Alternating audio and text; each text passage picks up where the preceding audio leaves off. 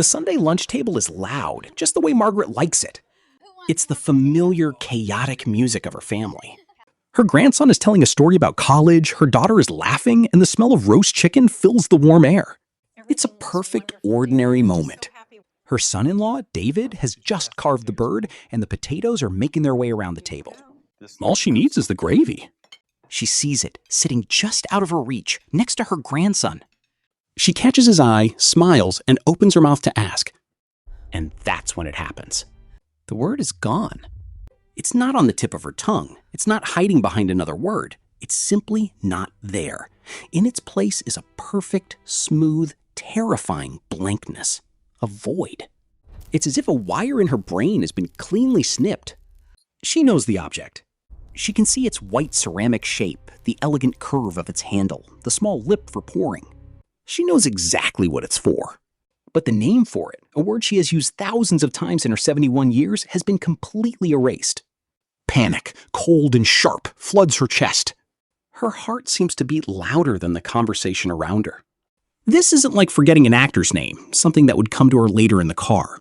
This feels different. This feels like a light has been switched off in a room she used to know perfectly. The moment stretches. Everyone is still talking, but for Margaret, the world has gone silent and small, focused entirely on that blank space in her mind. She has to say something. She can feel her grandson's expectant gaze.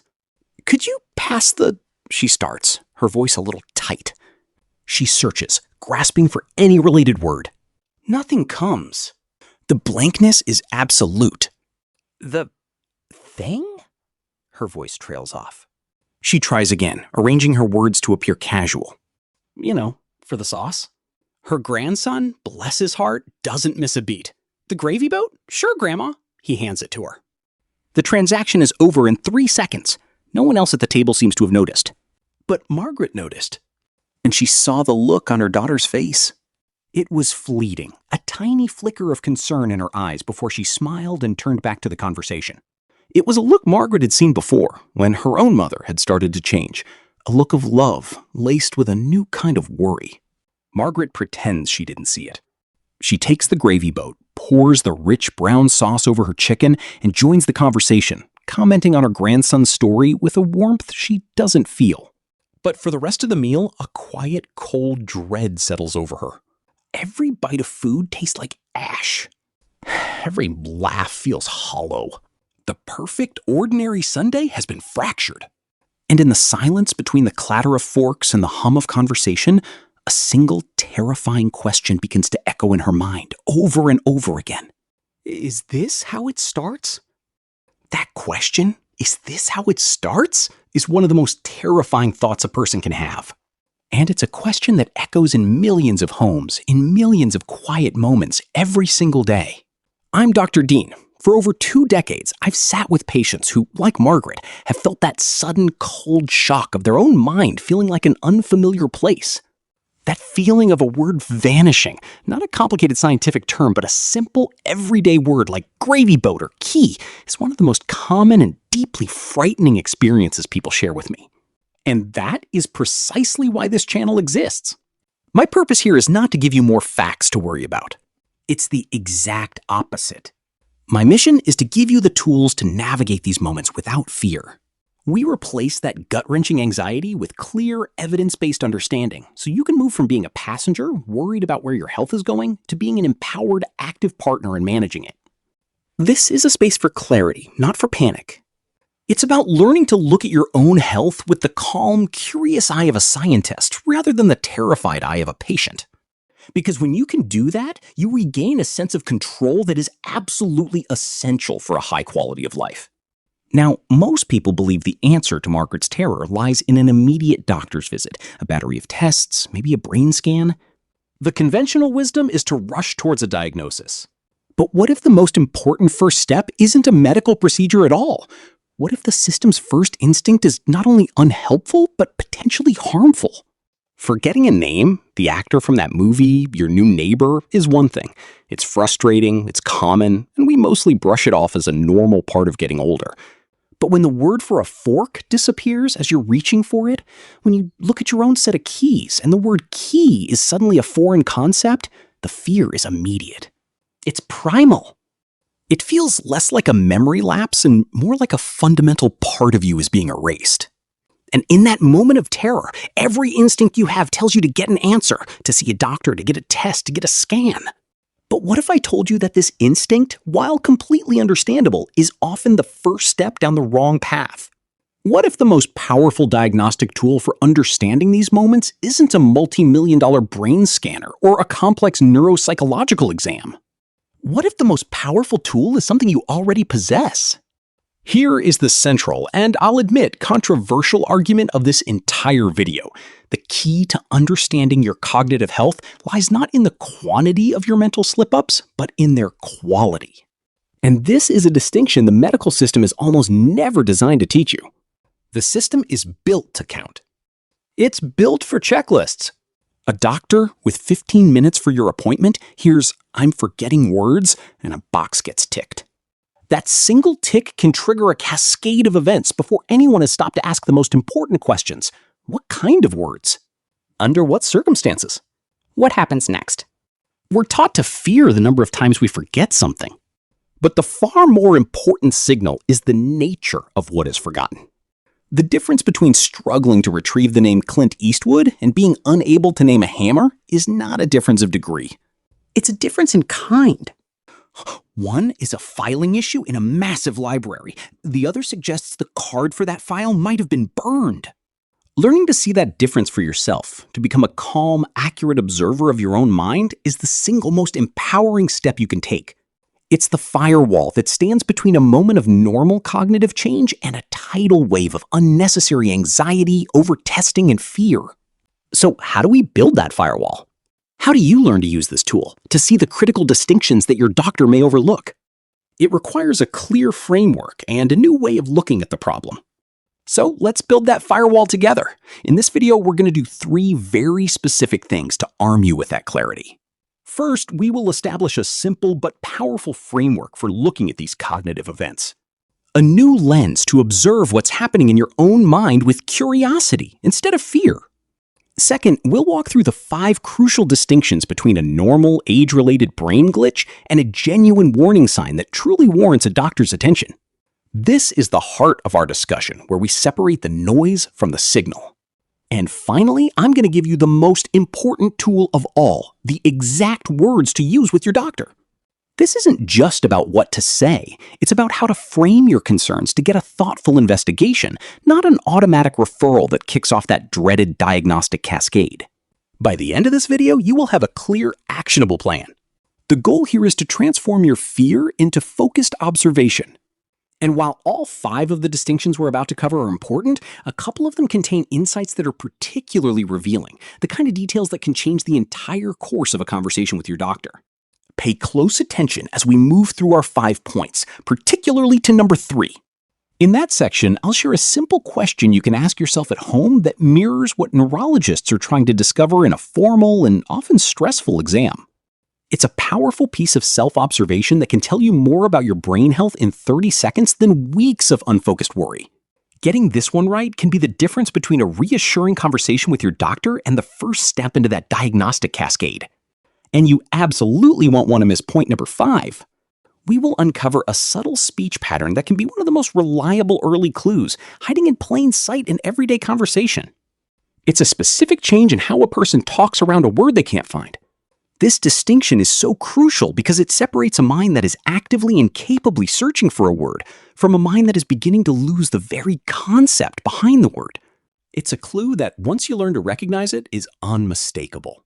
These are the kinds of insights that replace that cold dread with clarity. Before we dive into those distinctions, I want to acknowledge how common this is and how isolating it can feel. That moment Margaret had at her lunch table, that sudden terrifying blankness where a simple word should be, is a profoundly personal experience. But it is not a unique one. So I have a simple request. Have you ever had a moment like that? A moment where a simple, everyday word just vanished, leaving you with that cold, sinking feeling in your stomach? You don't need to share the story or any details. Just take a moment and type a simple yes in the comments below. My reason for asking is this. When we are gripped by that kind of fear, our world shrinks and we feel utterly alone. I want you to see in real time just how many other people are walking this same path, feeling this same concern. Seeing that number, seeing all those yeses line up, is the first step in taking away the power of that isolation. It's proof that you are part of a vast community. And once we realize we're not alone, we can stop reacting with panic and start observing with purpose. To navigate this challenge, we need a new way of looking at the problem. A mental model that allows us to step back from the immediate shock and observe what's happening with a clear head.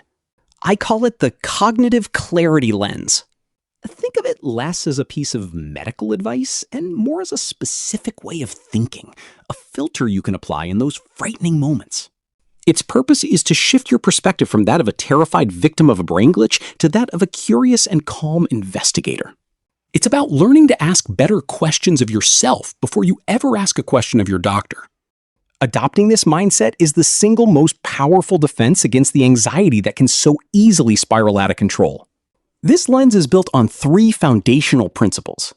3 truths that, once you understand them, will fundamentally change how you interpret these mental slip-ups. Mastering these 3 ideas is essential for anyone over 60 who wants to protect not just their brain, but their peace of mind. Let's start with the first principle, which addresses the most common error we make when a word vanishes. The first principle of the cognitive clarity lens is this: we consistently misinterpret the signal. We feel a delay in our thinking and immediately assume something is broken or gone, when in reality the system is just working on a different scale. Imagine your brain is a library. When you're 20, it's a tidy local branch with a few thousand books. Finding a specific title is quick and easy. But by the time you're 70, that library has expanded into the Library of Congress. It holds millions upon millions of volumes, decades of memories, skills, faces, facts, and stories. The sheer scale is magnificent. Now, when you ask the librarian to find one specific piece of information, he doesn't say, "the book is gone." He says, "give me a moment." He has to navigate miles of shelves, cross-reference multiple catalogs, and sift through a vast collection. It simply takes longer. That delay is what we feel when a word won't come. We experience it as a failure, a terrifying blank space. But more often than not, it's just search time. And this is the critical distinction. A slower retrieval speed is not the same as the information being erased forever. The danger is treating a normal, predictable processing delay as a sign of catastrophic failure. It's like faulting a supercomputer for taking a few seconds longer to search the entire internet than a basic calculator takes to add 2 and 2. By mislabeling this natural slowness as a disease, we trigger an emotional response that is completely out of proportion to the event itself. That moment of hesitation isn't a sign of emptiness, it's a sign of fullness. And once that initial seed of fear is planted by misinterpreting the signal, it doesn't just sit there. It begins to grow, creating its own toxic environment in the brain. This is where the problem truly compounds, which brings us directly to the second and perhaps most insidious principle of the cognitive clarity lens. It is perhaps the most cruel. Fear feeds the problem. The terror of losing one's mind isn't like other fears. It's so profound, so existential, that the anxiety it produces becomes a physiological event. The moment you feel that cold dread, your body can be flooded with stress hormones, chief among them cortisol. And research has shown that chronic exposure to cortisol can be toxic to the very parts of your brain responsible for forming and retrieving memories. This creates a devastating feedback loop. It begins with one tiny, innocent slip-up. But because you are hyper-vigilant, you interpret it as a major threat. That perception of a threat triggers stress. The stress hormones then directly impair your brain's ability to function smoothly, making another slip-up more likely. This new slip-up then serves as proof that your initial fear was correct. So your anxiety deepens, your stress levels rise, and your memory performance declines even further. You become trapped in a downward spiral where the fear of the disease begins to create a perfect imitation of its symptoms. It's a self-fulfilling prophecy fueled by a completely understandable and potent anxiety. This internal cycle of worry is exhausting and frightening on its own. But it becomes truly dangerous at the exact moment you decide you can't handle it alone and reach out for medical help. Because that's when this private fear can trigger a public process, a series of events that can quickly spiral out of your control. And this leads us to the third and most critical principle of the cognitive clarity lens, the one the medical system itself is often unwilling or unable to discuss openly. This is the hidden danger that can turn a simple worry into a life-altering event. We must name it to fight it. I call it the diagnostic cascade. This is the process by which a single vague and often benign symptom triggers a predictable and sometimes unstoppable chain reaction of medical interventions. It's a slippery slope, and it starts with one simple complaint: "Doctor, I'm forgetting words." In a busy clinic, that phrase can trigger a protocol. The first step is often a quick screening test. But you're already anxious about your memory, and that anxiety itself can cause you to fail the test. That failure then triggers the next step, a referral to a specialist. Now the stakes are higher. The specialist may order expensive brain scans. And here is a crucial truth: a brain scan of a 70-year-old will almost always find something. It will show so-called age-related changes, or white matter spots. These findings are incredibly common and often have no clinical significance. But in the context of a failed memory screen and your own stated worries, these normal findings can be misinterpreted as evidence of disease. Suddenly, you're on a path toward a premature label, a provisional diagnosis that might be completely wrong, but is incredibly difficult to shake. Each step in the cascade seems logical on its own, but together they create a tidal wave of testing and anxiety that can cause immense harm and distress, all based on an initial flicker of worry that might have been completely normal. Our entire goal with the cognitive clarity lens is to prevent this cascade. It's to give you the tools to provide your doctor with high-quality information, not just vague fears, so this chain reaction never even begins. So how do we do that? How do we build that firewall? We do it by learning to make the vital distinctions for ourselves. We need to be able to separate the truly concerning signals from the harmless background noise of an aging brain. And that begins with understanding the most common and most benign word-finding problem of all. Let's start with our first distinction, the familiar tip-of-the-tongue phenomenon. This is that classic feeling where you absolutely know the word is in there. You can almost feel its shape in your mind. You might know the letter it starts with or how many syllables it has. You strain for it, but it just won't surface. Then, hours later when you're driving or in the shower, the word pops into your head, clear as day. This is the first and most important distinction because it signals a retrieval problem, not a storage problem. To go back to our analogy, the book is still safely on the shelf in the library. The librarian's just having a slow day finding it. The information is filed correctly, but the access route is temporarily congested. While its frequency can certainly increase as we get older, this experience is generally considered a benign part of the aging process. It's a glitch, not a catastrophe. But knowing it's benign intellectually doesn't always stop the emotional panic, which can create its own set of problems. To see how this distinction works in the real world, let me tell you about Dorothy. Dorothy is 72, a retired librarian whose greatest joy, aside from her weekly video calls with her grandson, is the golden age of cinema. Her home is filled with books about film history, and she can spend a whole afternoon happily lost in a double feature of Hitchcock or Billy Wilder. Movies are her language. It began subtly. She'd be talking with her film club, trying to make a point about the cinematography in a classic noir, and the lead actor's name would simply evaporate. She could see his face, his trench coat, the way he held a cigarette. But the name? It was a ghost. Her friends would helpfully chime in, "You mean Humphrey Bogart," and she'd nod, a little too quickly, feeling a hot flush of embarrassment. Over the next few months, it got worse. It wasn't just actors. It was authors of books she'd read a dozen times. The names of streets she'd driven down for 40 years. Each time, it felt like a small betrayal by her own mind. The frustration was immense, but underneath, it was a colder, deeper current of fear. She started to speak less in her film club. She'd hesitate before telling a story, worried a key name would vanish and leave her stranded mid-sentence, looking foolish. The fear wasn't just about her memory, it was about losing her connection to the people and the passions that made her feel like herself. One night, after a particularly frustrating conversation where she couldn't recall the name of the movie Casablanca, a film she could practically recite from memory, the panic truly set in. This, she thought, is it. This is the beginning of the end. She went to bed with that familiar cold dread we spoke about, imagining the path ahead, the doctor's visit, the tests, the worried look on her son's face. But Dorothy had been a librarian for 4 decades. Her entire life was built on a single skill. When faced with a lack of information, you don't panic, you investigate. The next morning, she made a decision. Before she called her doctor, before she told her family, she was going to become a scientist of her own mind. For 1 week, she decided to simply observe, without judgment. She got a small notebook and started to pay attention with the calm focus she once used to manage the card catalog. When a word escaped her, she didn't struggle or panic. She just made a note. What kind of word was it? What was she doing when it happened? And, most importantly, did it ever come back? After just a few days, a clear pattern began to emerge, and it was fascinating. First, she noticed that nearly every single word she lost was a proper noun. It was always a name, a place, or a title.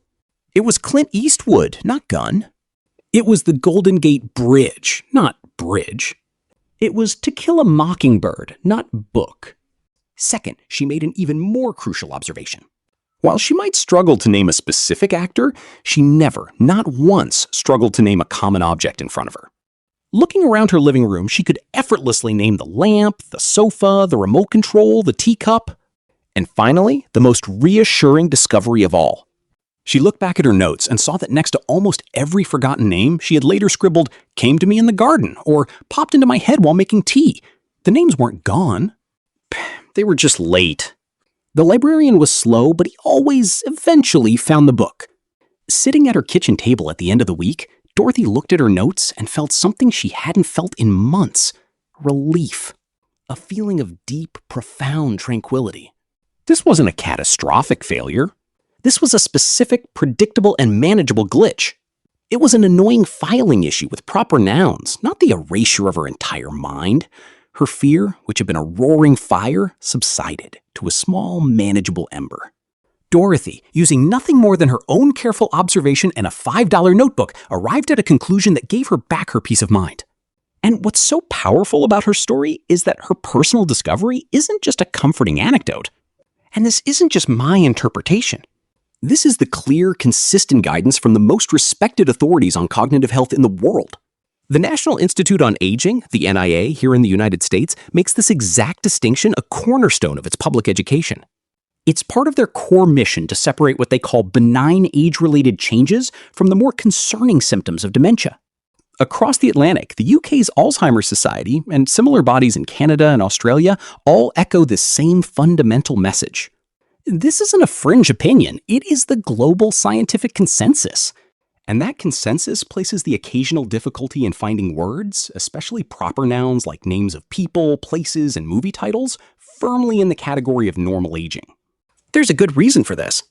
A common noun, like chair, is connected to a dense web of information in your brain. The physical act of sitting, the visual memory of thousands of chairs, the concept of furniture, the feeling of comfort. It's anchored by countless connections. But a proper noun like Clint Eastwood is a unique identifier. It has far fewer connections. It's like a single book on a very specific shelf, making it a more fragile piece of data and harder for our internal librarian to retrieve on demand. These institutions exist to sound the alarm when it's truly needed, but they are equally dedicated to preventing the immense harm caused by unnecessary panic. Their guidelines are designed to create that firewall we talked about, a clear barrier between common, frustrating memory glitches and the signs of genuine neurological disease. Dorothy's notebook led her to the same conclusion that decades of research have confirmed. But hearing that it's common can feel abstract. To truly disarm the fear, we need to feel the difference in scale. We need to understand the massive gap between the number of people who share Dorothy's experience and the number who actually have the disease that haunts our thoughts. So let's put this risk into a context you can truly visualize. So let's do a quick thought experiment. Imagine a stadium filled with 1,000 people, all of them over the age of 65. They represent a typical community. Now, I want you to stand on the field and ask them a question. In the last month, have you had a tip-of-the-tongue moment? A time when you struggled to find a name or a word, only to have it pop into your head later? What would you see? You'd see a forest of hands go up. 900, maybe 950? Nearly everyone. It would be a powerful visual confirmation that this experience is a near universal part of aging. Okay, now ask everyone to put their hands down. And then ask the second, more important question. Please keep your hand raised only if you have a formal diagnosis of dementia. The forest of hands would vanish. In its place, you'd see a small, scattered group. Based on current prevalence rates in the US and similar countries, that number would be somewhere around 110 to 120 people. I want you to hold that image in your mind. 950 hands for the experience, 120 for the disease.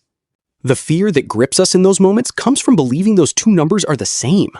We feel the tip of the tongue glitch and emotionally place ourselves in that smaller group.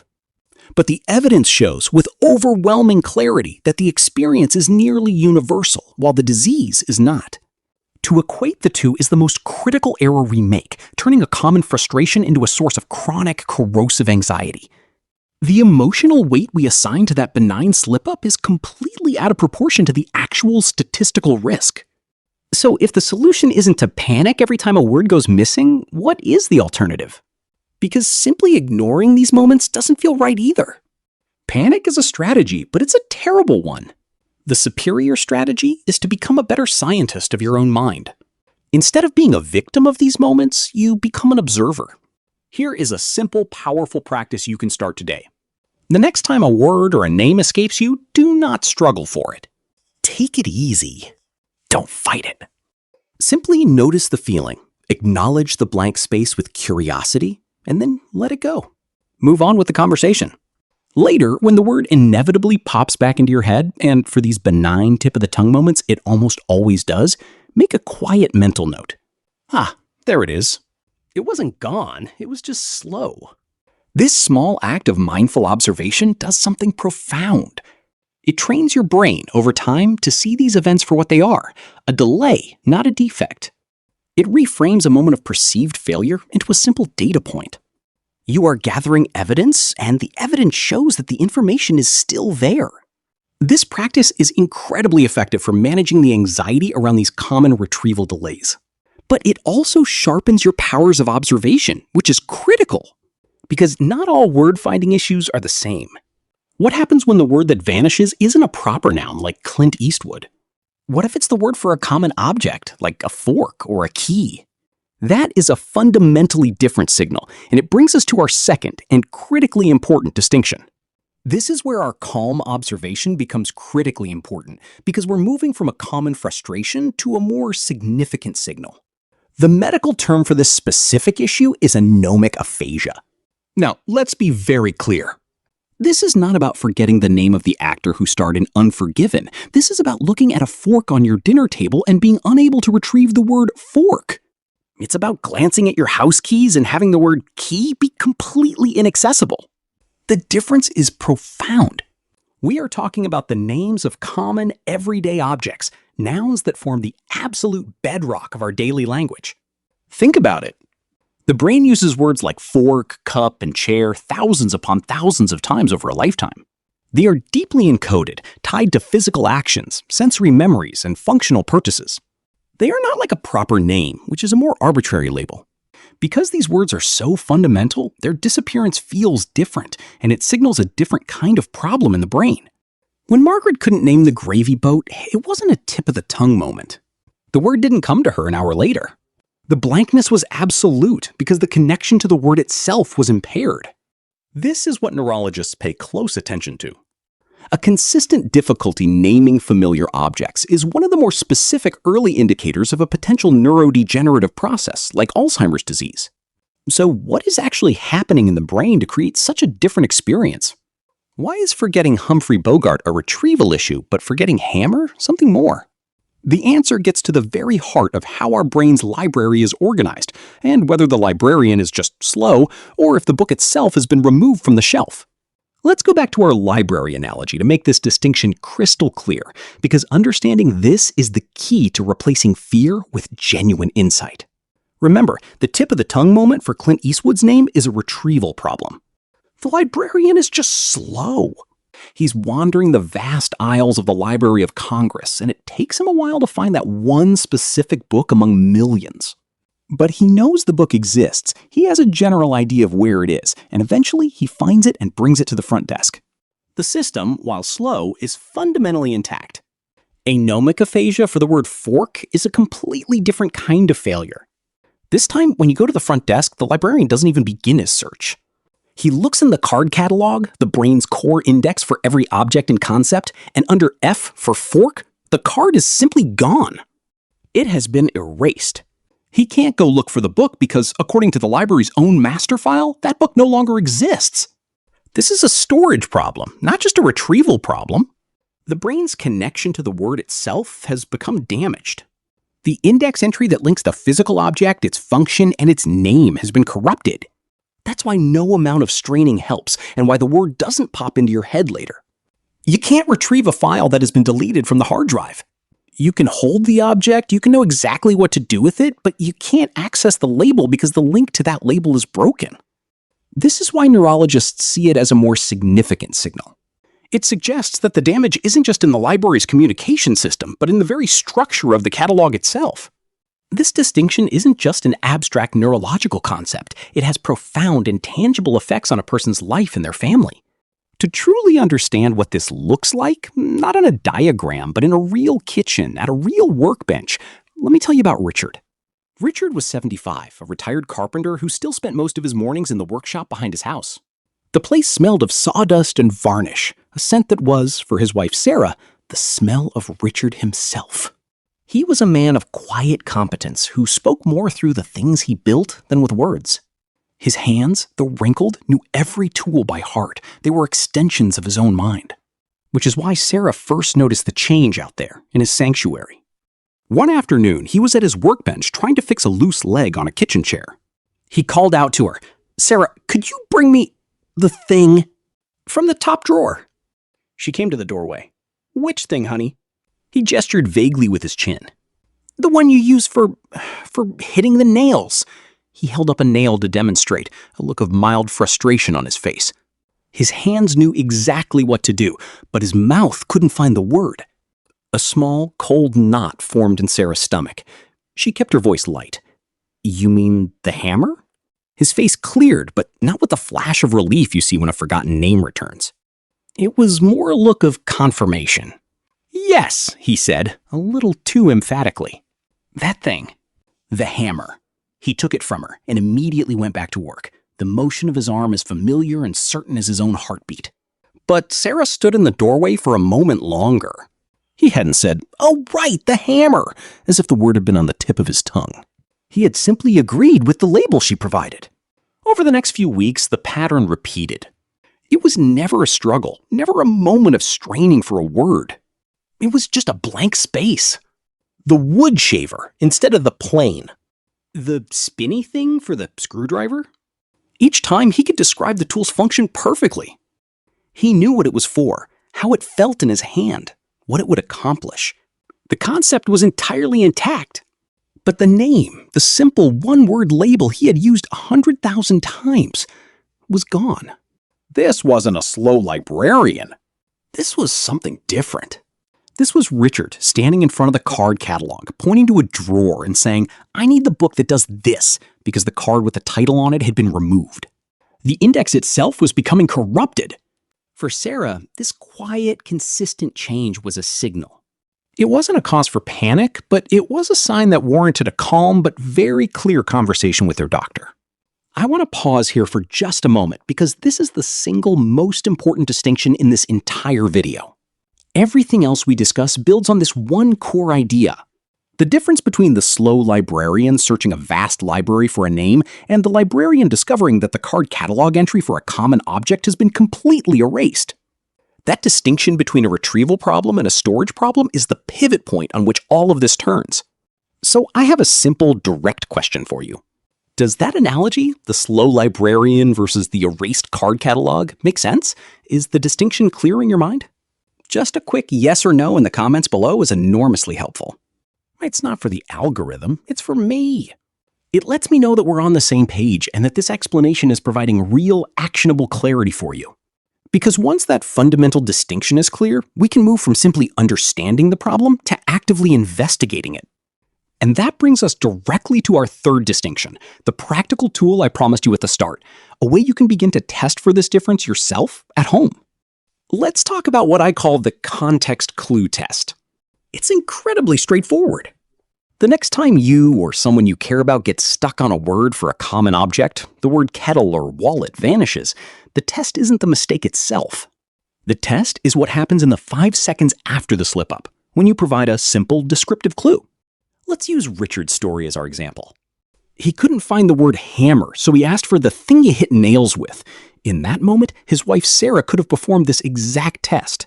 She could have simply asked, "Do you mean the tool with the heavy metal head and the wooden handle?"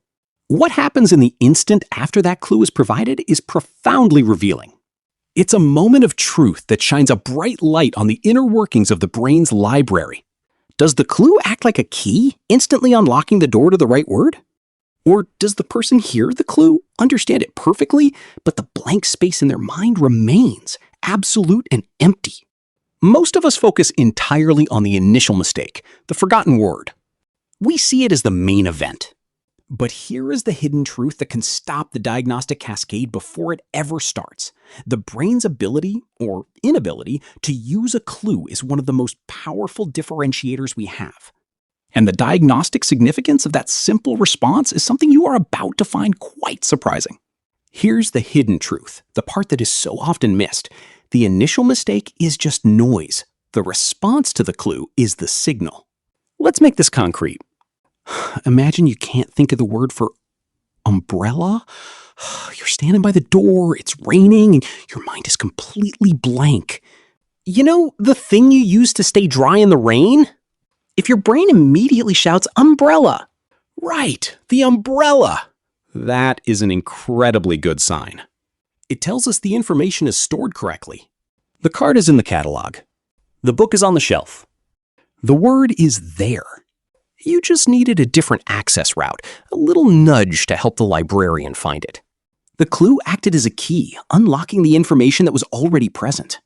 This points strongly toward a simple retrieval issue, which, as we've discussed, is often a normal part of aging. But let's replay that same scene. It's raining. You can't find the word. Your spouse says, "You know, the thing you use to stay dry in the rain?" And you hear that clue? You understand what it means? But your mind remains a complete blank. The clue doesn't help. The word umbrella doesn't surface. You might even respond with, "I know what you mean, but I just can't get the word." This is a much more significant signal. It suggests that the problem isn't just the pathway to the word, but the connection to the underlying concept itself. The card catalog entry has been damaged, so even when the librarian is given a perfect description of the book, he can't find the title because the index is corrupted. And why is this simple at-home test so shockingly powerful? Why is understanding this one distinction so vital? Because this single piece of self-observation can stop the diagnostic cascade dead in its tracks.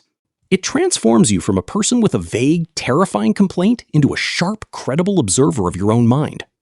It gives you the precise, high-quality information needed to have a completely different kind of conversation with your doctor, a conversation that prevents that avalanche of unnecessary tests and anxiety before it ever has a chance to begin. Think about the typical conversation. It starts with, "Doctor, my memory is bad. I'm forgetting words. I'm scared." This is a completely understandable but low-quality piece of information. It's a distress signal, not a data point. Faced with this, a well-meaning but time-pressured physician is almost forced to initiate a standard protocol. That protocol often begins with a blunt instrument, like the Montreal Cognitive Assessment or MoCA test. The MoCA is a screening tool, not a diagnostic one. And it's notoriously susceptible to being skewed by anxiety or a bad night's sleep. If you're terrified you have dementia, the stress of the test itself can lower your score, creating a false positive that triggers the next step in the cascade, the specialist referral, the brain scans, and all the anxiety that follows. Now, let's replay that scene. But this time, you walk in having used the cognitive clarity lens. You sit down and say something fundamentally different. "I'm having some trouble finding words, and I'd like to discuss it. But I've noticed something specific. If I can't find the name of an object, and my husband gives me a clue about what it's for, the word comes to me right away." Do you feel the difference? That is not a vague complaint. That is a piece of high-quality clinical evidence. You've gone from being a worried patient to a credible, observant partner in your own diagnosis. You're providing your doctor with a critical piece of the puzzle. You're essentially telling them, my data suggests this is a retrieval problem, not a storage problem. This kind of precise observation allows for a much more targeted conversation. It gives a thoughtful doctor a reason to pause before ordering a battery of tests. They might still decide a screening is necessary, but the context is now completely different. The conversation can shift from let's test you for dementia to that's a fascinating observation. It points away from some of the more serious concerns, so let's think about what else could be causing a retrieval delay. You've changed the entire trajectory of the investigation. You've built the firewall. You've used your own careful observation to prevent a premature and potentially harmful journey down a rabbit hole of overtesting. This isn't about hiding from a diagnosis. It's about ensuring the diagnostic process is intelligent, precise, and starts with the best possible information, yours. This level of detailed observation is our best defense. But it's only one part of the puzzle. Because even if you notice a pattern that seems concerning, the conversation isn't over. Before we jump to conclusions about a permanent neurodegenerative condition, we have an absolute responsibility to first hunt down and eliminate a whole category of common and, more importantly, reversible conditions that are brilliant at mimicking the symptoms of cognitive decline. And that brings us to our fourth critical distinction. Distinction number 4 moves our focus from the type of word to the cause of the problem. I want to be very clear. This is not about dismissing your concerns. The experience of forgetting a word is real, and it is frightening. The purpose of this step is not to tell you it's all in your head. It's to ensure that we are aiming our concern at the right target. A brilliant diagnostician, when faced with a complex problem, always looks for the simplest, most common, and most fixable causes first. We must do the same for our own brains. And the list of these mimics is surprisingly long, but 3 categories are responsible for the vast majority of cases. First, chronic stress and poor sleep. Think of them as memory thieves that operate in plain sight. A brain that is starved of deep, restorative sleep or is constantly bathed in the stress hormone cortisol simply cannot perform at its best. Its retrieval mechanisms become sluggish and unreliable. For many, the single most effective cognitive enhancer isn't a pill or a brain game, it's a consistent 7 to 8 hours of quality sleep. Second, infections. It is a well-established medical fact that something as common as a urinary tract infection or UTI can cause sudden and profound confusion in an older adult, including significant word-finding problems. It can look, for all the world, like the rapid onset of dementia, but it's a temporary state of delirium that can often be resolved with a simple course of antibiotics. And third, the biggest and most overlooked mimic of all, medications. An enormous number of common drugs, prescribed for everything from allergies and high blood pressure to nerve pain and overactive bladder, have known side effects that include cognitive fog and memory impairment. And it's this last point, the role of medication, that leads us directly into one of the most insidious traps in modern medicine. A person, worried about their memory, seeks help for the anxiety and sleeplessness that worry causes. But in a cruel twist of medical logic, the very treatment offered can become a primary cause of the cognitive decline they were trying to prevent. It's a vicious cycle that plays out in clinics every single day. It starts with a moment like Margaret's. A person over 60 becomes hyper-aware of their cognitive slips. That awareness breeds a quiet, persistent worry. The worry itself causes anxiety and disrupts sleep. Now, the problem isn't just the occasional forgotten word, it's the constant, low-grade fear and the exhaustion from sleepless nights. So they go to their doctor. They might not even lead with the memory concern. They might say, "Doctor, I'm feeling so anxious lately," or "I just can't get a decent night's sleep." And the doctor, trying to help, reaches for the prescription pad. They prescribe a medication for anxiety or a sleep aid. The problem is, many of the most commonly prescribed drugs for these issues belong to classes of medications like benzodiazepines or the so-called Z drugs that are known to have a direct negative impact on cognitive function. This is the heart of the trap. The treatment prescribed for the symptoms of the fear, the anxiety and insomnia, can actively worsen the underlying problem the person was afraid of in the first place. The sleep aid that helps you fall asleep can make your word finding worse the next day. The anti-anxiety pill that calms your nerves can fog your memory, making those cognitive slips more frequent. The treatment becomes a cause of the disease it's meant to alleviate. A person can spend months, even years in this downward spiral, with both them and their doctor mistakenly believing their worsening memory is the natural progression of a new disease, when in fact, it's being fueled by the very pill they take each night. It's a tragic cycle of well-intentioned medicine leading to a devastating outcome. This means that before we even consider a brain scan or a neuropsychological exam, the most powerful and logical first step is often not a sophisticated medical test at all. It's an audit, a careful, deliberate audit of your life and your medicine cabinet. Bar none, it is the most logical and effective place to start. It's about clearing away the fog created by these reversible mimics before you ever try to diagnose the engine itself. Here's your actionable plan. Gather every single thing you take. That means all your prescription medications, all your over-the-counter drugs, even things that seem harmless like allergy pills or sleep aids, and all your vitamins and supplements. Make a complete list. Then take that list to your pharmacist. I say pharmacist specifically, not just your doctor, for a crucial reason.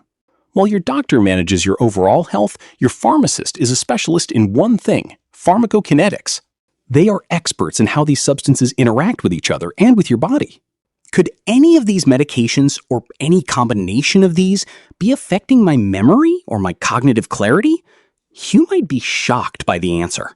A landmark study published in JAMA Internal Medicine confirmed a strong link between many common drugs, particularly those with anticholinergic properties like certain antihistamines, sleep aids, or bladder control medications, and a significantly increased risk of dementia. The very thing you're taking to solve one problem might be creating the exact one you fear most. This audit is the first half of the solution. The second half is treating your lifestyle with the same seriousness as a medical prescription. We must stop thinking of sleep and stress management as soft, optional advice. They are primary, non-negotiable interventions for brain health. Before considering a new pill for your brain, you must first ensure your brain is getting its most essential medicine: 7 to 8 hours of restorative sleep and active measures to lower chronic stress. By methodically ruling out these powerful mimics, medications, poor sleep, stress, and infections, you accomplish something profound. You clean the slate. You remove all the confounding variables so that if a problem remains, you can see it with absolute clarity. And when that slate is clean, you can start to notice the much more subtle but incredibly revealing patterns in the language itself. And that brings us to our fifth and final distinction. The one I promised you at the beginning is hiding in plain sight. It's a clue so deeply embedded in our everyday conversations that we almost never notice it, yet it can be one of the most reliable signals of all. It has to do with how we talk around a word we can't find.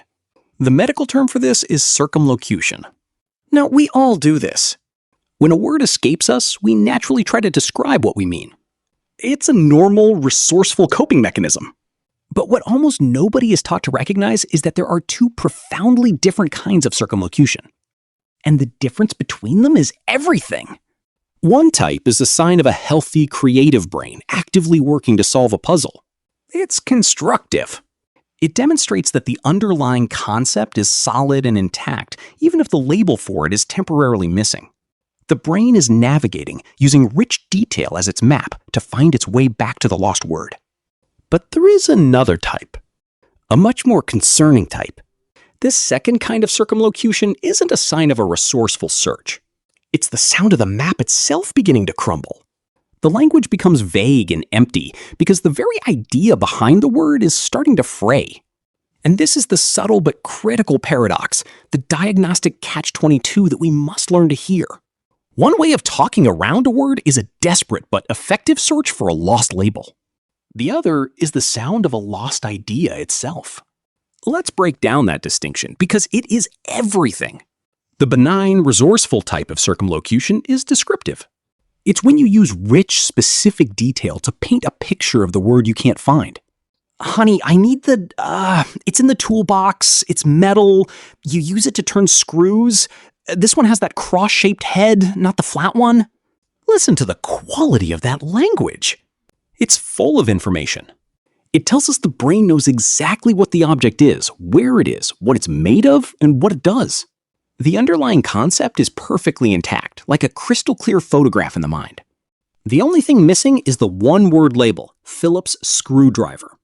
This is the sign of a healthy brain working creatively to solve a retrieval problem. It's actively and successfully navigating around a temporary roadblock. Now, contrast that with the concerning or empty type of circumlocution. This is when the description itself is vague and contains no useful specific information. Can you pass me the thingamajig for that stuff over there? The language is empty because the core concept itself is becoming fuzzy. The mental photograph is fading to a blur. The speaker can't provide details about the object's function or appearance because those details are no longer sharp and accessible in their own mind. They are gesturing towards a void. The words are hollow because the idea they are trying to represent is losing its shape. This is the absolute heart of the matter. The first example demonstrates a lost word. The second suggests a lost idea. And that is the diagnostic catch-22. The more elaborate and detailed the search for the word, the less you have to worry about. The more empty and vague the search, the more attention we must pay. It's a paradox. The person who talks more to find the word is often in a better position than the person who can only offer a few empty phrases. One is the sound of a functioning mind navigating a complex library. The other is the sound of the library's shelves beginning to empty. Understanding this difference is like gaining a new sense. It's a tool for listening that once you have it, you can never turn off. The power of this insight isn't in hearing another one of my stories. Its real power lies in you becoming a more astute listener to the people you love and, just as importantly, to yourself. Now, at this point in our videos, I would typically share a story. I would tell you about a patient, let's call him Robert, whose wife brought him in because his speech had become full of those empty phrases. I'd describe her heartbreak as she realized he wasn't just searching for words, but that the ideas behind them were fading. But I'm not going to do that.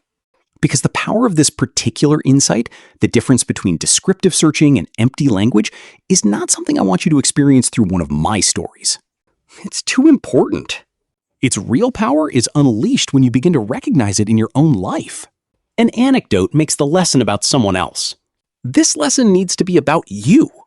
It needs to be about the conversation you have with your spouse over breakfast tomorrow. The phone call you have with your aging parent next week.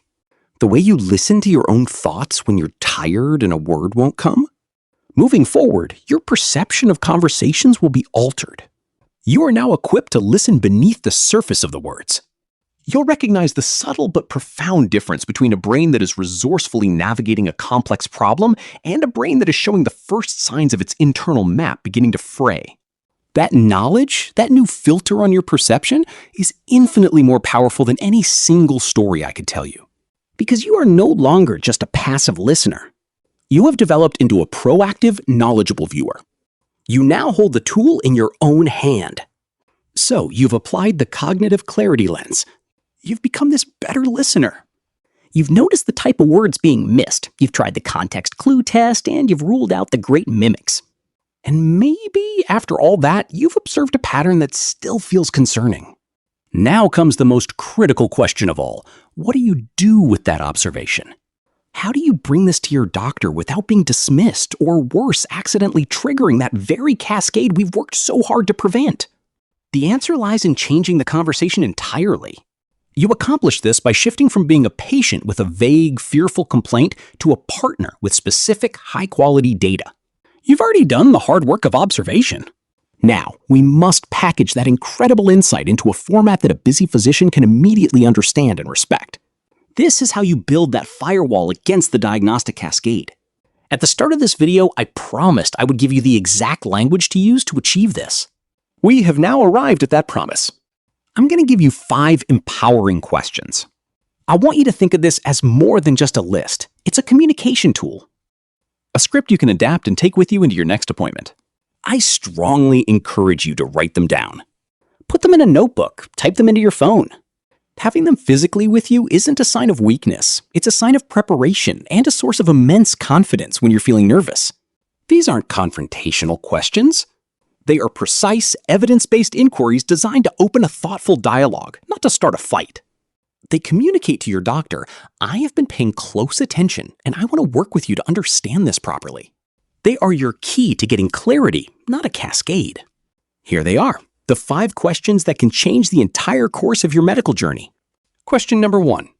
I'd like to talk about some word-finding issues I'm experiencing. I've made a point to observe them carefully, and I've noticed it's happening specifically with the names of common objects, nouns, not just with people's names or movie titles. Can we explore what that distinction might mean? The power of this question is that it immediately elevates you from someone with a vague complaint to a careful observer.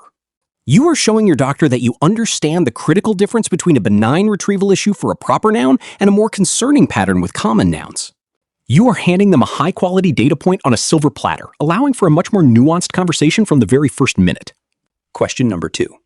I've also noticed something else. When I can't find the name for an object, if my spouse gives me a clue about what the object is for, it usually does not help the word come back to me. I'd like to understand the clinical significance of that. This question takes the context clue test directly from your kitchen table into the exam room. You are articulating one of the most important diagnostic distinctions we've discussed, the difference between a retrieval problem and a storage problem. The thoughtful clinician will immediately recognize the importance of this observation. You're not just saying my memory is bad, you're providing evidence about the specific mechanism of the memory failure, which is profoundly useful information. Question number 3. Before we jump to the conclusion that this is a new or progressive neurological problem, I'd like to ask if we can first do a thorough review of all my current medications, including over-the-counter ones, to see if they could be a contributing factor. This question is a masterclass in preventing the diagnostic cascade. The method is respectful, cooperative, and unwavering. It establishes a logical, step-by-step process. You're insisting on ruling out the most common and reversible causes first. This single question can prevent you from being sent for expensive scans or stressful tests when the answer might be as simple as adjusting a prescription for allergies or sleep. It demonstrates that you are thinking like a diagnostician, not just a patient. Question number 4. I also want to be transparent that I've been under a significant amount of stress and my sleep has been poor for the past few months. In your clinical experience, what is the likelihood that these factors are the primary cause of my cognitive symptoms, and what steps should we take to aggressively address them first? Similar to the medication question, this query forces a consideration of the whole person. It positions lifestyle factors not as secondary, soft issues, but as primary medical concerns that require a treatment plan. By asking your doctor to aggressively address sleep and stress first, you are framing them as legitimate medical interventions, which they are. This prevents your very real symptoms from being dismissed while ensuring you don't overlook the most powerful treatments that are entirely within your control. And finally, question number 5. What is the simplest, lowest stress way for us to get a reliable cognitive baseline from you right now? My goal isn't to get a single high-stakes diagnosis today, but rather to have a solid reference point so we can track for any real change over the next 6 to 12 months. This is perhaps the most strategic question of all. It completely reframes the goal of the appointment. It takes the terrifying pressure off a single pass-fail test. You are communicating that you are interested in a long-term, evidence-based process, not a knee-jerk reaction to a snapshot in time. This approach, test, wait, and retest, is the gold standard for tracking chronic conditions, and it protects you from the emotional and medical fallout of overreacting to a single, potentially misleading data point. These 5 questions are your script. They are your tool for transforming a moment of fear into a conversation of partnership. They establish a new standard for the discussion about your cognitive health. But how your doctor responds to them will tell you everything you need to know. Let me be absolutely clear. These are excellent, high-quality questions. A thoughtful physician, one who truly sees their role as a partner in your health, will welcome this kind of specific, observant input. They will see it not as a challenge to their authority, but as an invitation to a more effective diagnostic process. A good doctor will lean in, listen, and engage with your observations because you are helping them do their job better. You are providing the very clues they need to solve a complex puzzle. However, if your doctor's response is the opposite, if they dismiss these questions, if they wave their hand and say, "It's just old age," without a thorough investigation, or if they immediately want to refer you to a specialist without first exploring the reversible causes we've discussed, that is a critical signal. That is a red flag. It suggests you may be speaking to a clinician who is more comfortable following a rigid, one-size-fits-all protocol than engaging in thoughtful, personalized medicine. It might mean you're at the very first step of that diagnostic cascade, where a vague box is ticked and the chain reaction begins, regardless of the nuances you've presented. In that situation, respectfully seeking a second opinion isn't just your right, it may be your most important next step. At the end of the day, this entire approach isn't about avoiding a diagnosis. If something is truly wrong, we need to know. We want to know. It is about demanding a diagnostic process that is worthy of the mind it seeks to understand, a process that is careful, thoughtful, and humane. It's about pursuing the right diagnosis at the right time for the right reasons and avoiding the immense harm that comes from the wrong one. This is about fundamentally changing our relationship with these moments of cognitive uncertainty. It's about consciously trading the blinding, heart-pounding panic of "I'm losing my mind" for the calm, clear-eyed confidence of "I am observing a change and I have the tools to investigate it wisely." Panic is a reaction. Observation is a choice. And in that choice lies an enormous amount of power. The power to slow down. The power to ask better questions. The power to protect yourself from a system that too often moves too fast. Because the ultimate goal of good medicine in your later years isn't just to extend the timeline of your life. It is to protect the quality of the life lived within that timeline. It's about safeguarding your independence, your relationships, your passions, and your sense of self. It's about ensuring that the medicine we practice doesn't just find things to label, but actively helps you live well. Your mind, after all, is the seat of your identity. It holds the library of your 70, 80, or 90 years on this earth. It's what makes you, you. Protecting it is not just a medical goal, it is a profoundly human one. And that protection doesn't begin with a brain scan or a prescription. It begins with knowledge. It begins with self-awareness. It begins with the decision to replace fear with curiosity and to become the most engaged, observant, and empowered guardian of your own cognitive health. This philosophy, this way of looking at health with clarity and confidence is the reason we're here. If this approach of using evidence to build a firewall against medical fear is something you find valuable, I invite you to subscribe to the channel and join our community. Our entire mission is to do exactly this, to take the most pressing health challenges faced by people over 60 and translate them into clear, actionable knowledge. We are not here to give you more to worry about. We are here to give you the tools and the confidence to navigate the complexities of your health so you can focus on the quality of your life. Subscribing is the simplest way to ensure you don't miss the insights we share in our new video every single week. It's a commitment to trading anxiety for clarity, one topic at a time. And it's a journey that is so much more powerful when we realize we are not taking it alone. I want to return to that moment at the very beginning. To that simple question I asked, and to the hundreds, perhaps thousands of you who typed yes in the comments below. Each of those yeses represents a human being who has felt that moment, that cold, isolating dread when your own mind feels like an unfamiliar place. You are not alone in this. My question for you now is a different one. After spending this time together, after looking at the problem through the cognitive clarity lens, and after arming yourself with these specific distinctions and empowering questions, has anything shifted for you? Do you feel even a small measure of that initial fear being replaced by a sense of calm observation? I invite you to share that feeling in the comments. This isn't about sharing private medical details, but about sharing a shift in perspective. What was the one insight from this video that resonated most deeply with you? Was it the library analogy? The context clue test? The difference between empty and descriptive language? Your single sentence sharing what brought you a measure of clarity might be the exact message another person, arriving here full of that same initial panic, needs to read to take their first breath. Let's make that comment section a resource, a living library of shared wisdom and mutual support. A place where we can demonstrate the power of replacing anxiety with understanding. Thank you for watching. After seeing the clear difference between a normal slip-up and a real warning sign, what's the one specific fear about your cognitive health you're now ready to challenge? Tell me in the comments below. I read and reply to every single one.